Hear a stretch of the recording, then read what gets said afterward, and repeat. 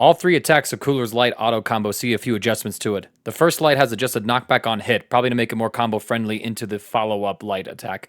The second hit of the auto combo has faster startup and adjusted knockback as well, while the third auto combo now comes out faster against the opponent in a hit stun state.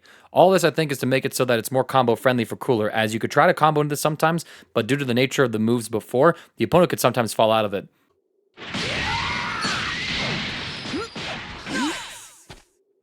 Before, the combo would drop like this if you try to use it to sideswap.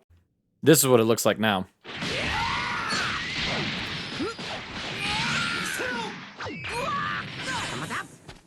While this shows just a use that you could potentially use for this particular change in a combo, it also means that if Cooler is able to catch the enemy in air, he's more likely to convert into a full auto combo conversion, whereas before he might have trouble actually getting those conversions and have to go for other routes. So overall, I suppose it's a nice change that might have some utility, but we'll see how it compares to his optimal routing as it is. It's worth mentioning as well that the second hit does have faster startup as well. It used to be 11 frame startup. Now it's 9 frames, so 2 frames faster. This means that if you're mashing out with it, there's potential that you're going to be able to win in more skirmish situations, whereas you might have lost before by a few frames. The patch notes also mention that Cooler's full invulnerability state during the third hit of his auto combo also starts earlier.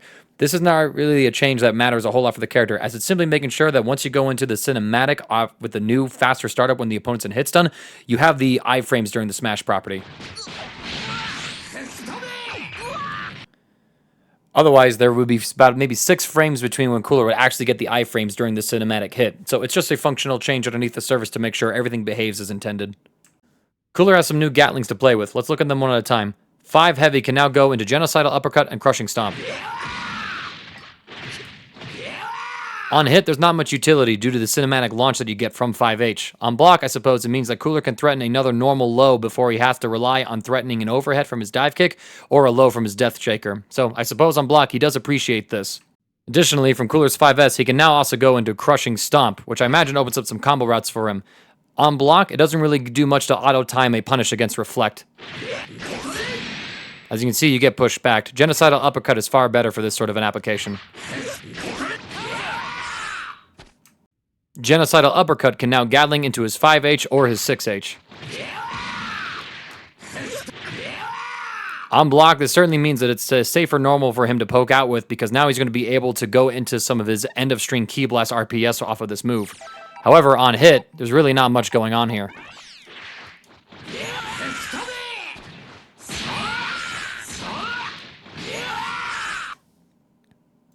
However, on hit, there's really not much synergy happening between these new cancels.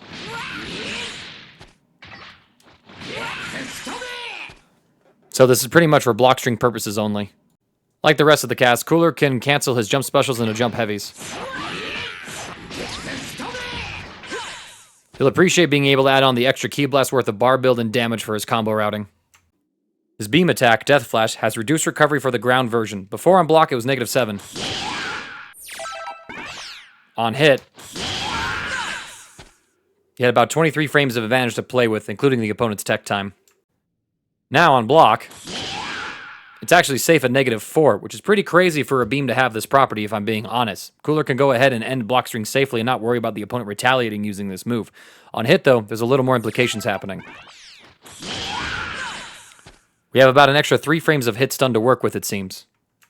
Well, saying that he has more hit stun is a bit of a misnomer. He simply is able to capitalize on 3 additional frames that he couldn't before.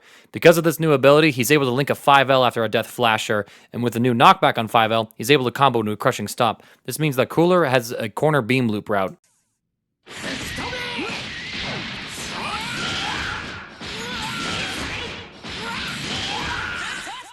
Whether or not this is going to be part of Cooler's new optimal routings because of these changes is something I don't think we've concluded just yet. I do know that most people do think it's kind of lame since you're basically repeating the same 3 moves over and over again. Death Shaker sees a few changes to its damage scaling, knockback, and the block stun. So, let's take a look at each of these properties. On hit, you can see the opponent is launched slightly upwards in the old version of the game. On block, this thing was pretty abysmal at -14. Let's look at those properties now real quick in the current patch. On hit, the opponent is pushed back a little less in terms of horizontal distance. Additionally, on block, it's now completely safe at -4 frames. The scaling in question has to do when you use the move to start a combo. Let's compare two combos that are identical between the two patches to see what happened to the scaling.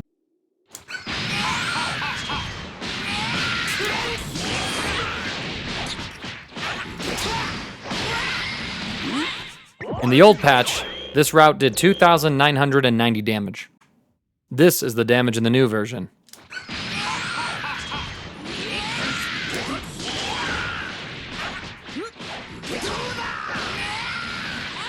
So as you can see, we lost close to 300 damage from this combo routing. So that means that the scaling has been increased so that now any sort of starter that you get from this particular move is going to do less damage overall for Cooler. So it's a slight nerf. However, because you generally use this movement tool, Death Shaker at the end of combos anyway, you're not really going to feel this nerf too much unless you're relying on opening up the opponent with Death Shaker. Courtesy of Rock MF on Twitter, we can see that in Sparking, Cooler is actually able to loop Death Flash and Death Shaker in combos in the mid-screen.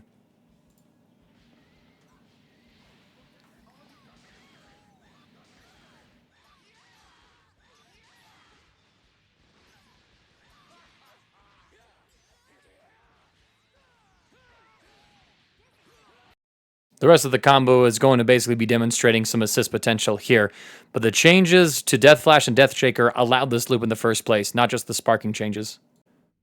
Cooler's DP Deathbreaker had a bug fix to it. Now, I'm not personally aware of what this bug was or how to make it happen in the first place, so if a Cooler player can give me a breakdown, I'll try my best to get footage of it in my roundup video that I'll do after I get the entire patch of characters done. The issue is that if you use the heavy button to follow up in certain conditions, there could be an issue that occurred leading to an odd behavior. That's all I know from the patch notes. Any additional clarification on this would be appreciated. All in all, Cooler doesn't really have any new defining buffs, as I feel like most of the changes that have helped the character get to the strength that he is currently happened several patches ago. The auto combo change, I suppose, is nice so that it gives Cooler some utility to use it in his combo routing, actually, in case he wants to use it to easily switch sides, or if it's actually a nice way to fill in a combo for some players. The new Gatling routes means his pressure at the end of combos can be a little more fleshed out. Death Flash changes opened up some potential new routing for the character, as well as safe block string pressure, and Death Shaker also being safe on block 2 is a pretty crazy change overall. And I think there's a lot of potential here to explore with the character when it comes to sparking comebacks and using his tools in order to special cancel all the way through. So overall, I suppose Cooler is slightly better than he was before, but not that drastically different from his previous version.